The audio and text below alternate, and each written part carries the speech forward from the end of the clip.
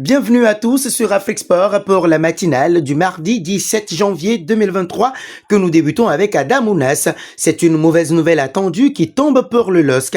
En effet, à la suite du succès contre 3, Adam Ounas est sorti sur civière en début de match. Sur ses réseaux sociaux, l'Algérien a annoncé une durée d'indisponibilité de 2 mois. À Brest, Adam Ounas s'était déjà touché cette partie du corps lors de sa sortie. Quelques jours après, rebelote pour lui, et ce, pour une durée d'indisponibilité de 2 mois. Lors de son passage à Naples, l'Algérien avait déjà connu une blessure à la cuisse qui l'avait éloigné des terrains plusieurs semaines. Arrivé fin août dernier, il arrivait en manque de temps de jeu et avec la volonté de se refaire. Parlons mercato. Troisième de la Premier League, Newcastle United envisage le recrutement de 3 joueurs de Chelsea pendant ce mercato d'hiver. Si l'on se réfère aux informations du Telegraph, la formation basée à St. James Park pense à une arrivée de Conor Gallagher, Ruben Loftus-Cheek et Hakim Ziyech, autant de joueurs que les Blues peuvent être tentés de céder dans ces prochains jours. Le flou est total sur le futur du milieu offensif marocain sous contrat jusqu'en juin 2025 avec les Blues. Passeur décisif pour Kai Havertz contre Crystal Palace 1-0. Dimanche en Premier League, le Lion de l'Atlas n'a débuté que 3 matchs de championnat. Un temps pressenti pour le rapatrier, l'Ajax Amsterdam a dit non à son retour. De quoi donner de l'espoir à Newcastle, d'autant que le prix demandé par les Londoniens ne sera sans doute pas très conséquent pour un joueur en perte de vitesse depuis quelques mois.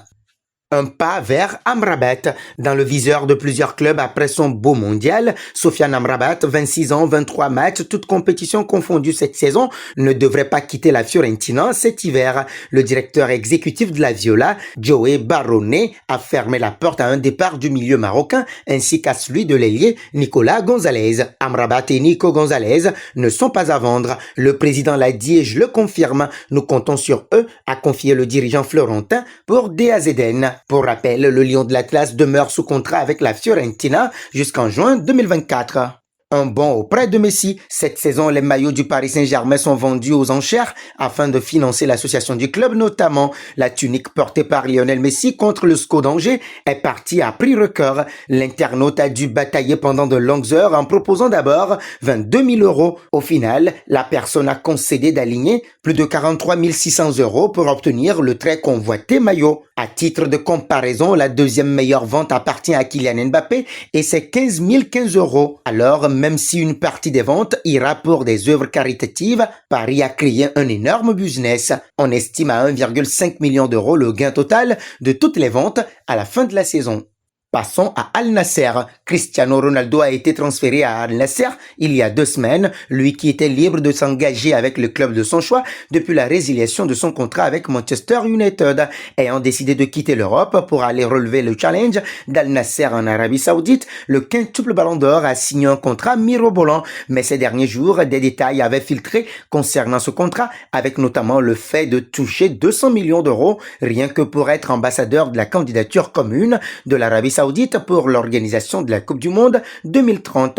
Engagé jusqu'en 2025 avec le club d'Arabie Saoudite, CR7 toucherait 400 millions d'euros au total, mais la moitié pour ce poste d'ambassadeur. Seulement, Al Nasser vient de démentir fermement les rumeurs à ce sujet. Nous voici arrivés à l'instant quiz avec 3 indices pour connaître notre joueur mystère du jour. Premier indice, je suis un attaquant de 25 ans évoluant en Italie. Deuxième indice, j'ai déjà joué pour 5 clubs dont Swansea et Aston Villa.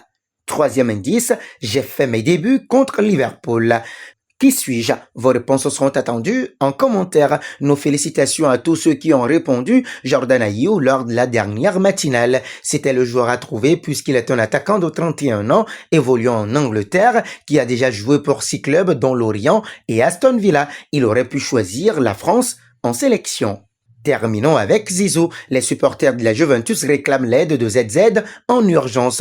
Zappé par les Bleus qui ont préféré faire confiance à Didier Deschamps jusqu'en 2026, que va bien pouvoir faire Zinedine Zidane? Le Paris Saint-Germain semble une option désormais très éloignée. Une pige ensoleillée du côté de la Seleção brésilienne. Rien de concret dans ce dossier. Néanmoins, une arrivée sur le banc de sa très chère Juventus ne semble pas du tout à exclure. Et les supporters turinois verraient d'un bon œil le déroulement de ce scénario. Goûtant très peu les prestations erratiques de leur club adoré, les tifosi ont ainsi convoqué en urgence Zizou.